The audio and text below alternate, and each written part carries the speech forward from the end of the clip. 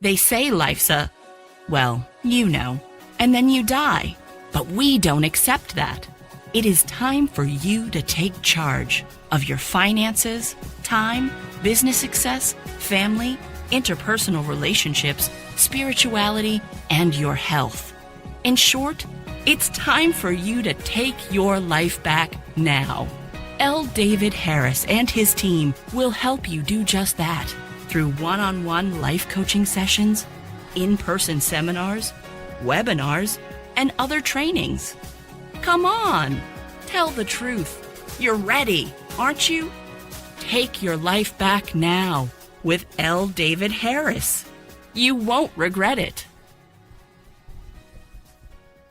Yes, yes, yes. I am so thankful that you are here. Welcome to Amplify This Moment. What moment? This one. My name is L. David Harris. I am your favorite life and success coach, and I'm going to be sharing with you just for a few minutes, I know you need to turn in and get some rest.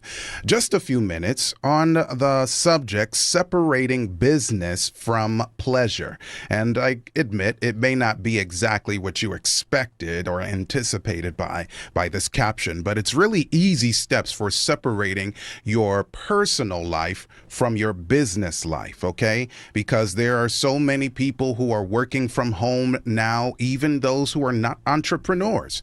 If you're working from home or you are a small business owner or an entrepreneur, you have to understand how to separate the two so that you will have equilibrium. Take your life back now kind of style. And if you need any assistance in this area, of course, I am making myself available. It is something that I do on a daily basis, helping people to win. Just go to amplifythismoment.com. But we'll begin now with number one. Create a work schedule and stick with it.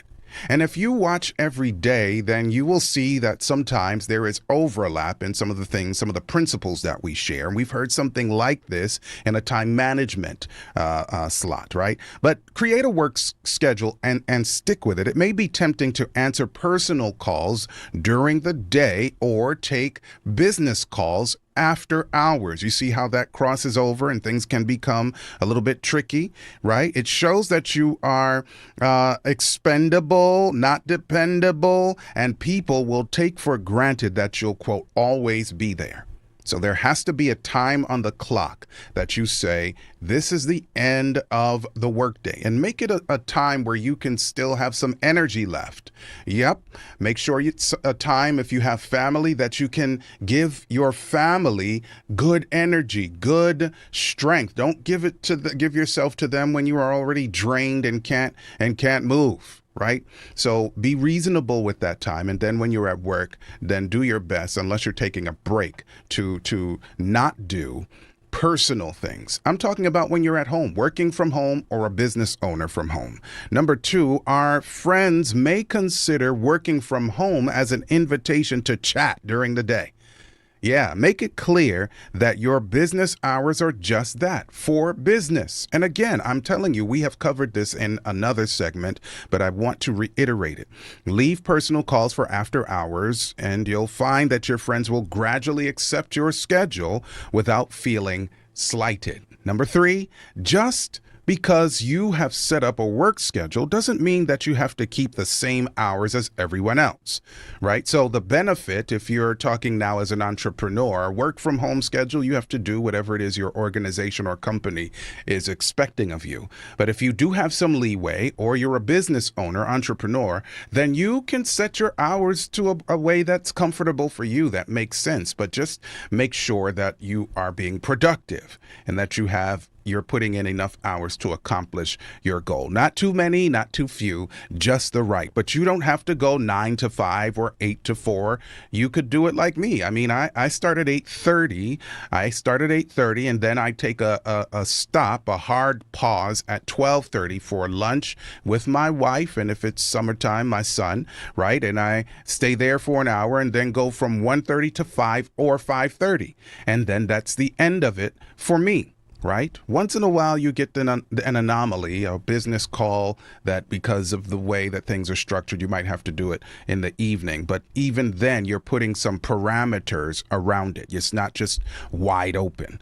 Number 4, if you're getting after hours calls or business calls or work day calls and it's a problem, it helps to have a separate business phone line. This is a gem. You might need a different telephone number, a different phone line, so that you can differentiate, or at least an answering system or voicemail to take incoming calls. And this gives your business a more professional appearance to clients than if you and your family make and receive calls from the same line. So you don't want those to cross over so easily.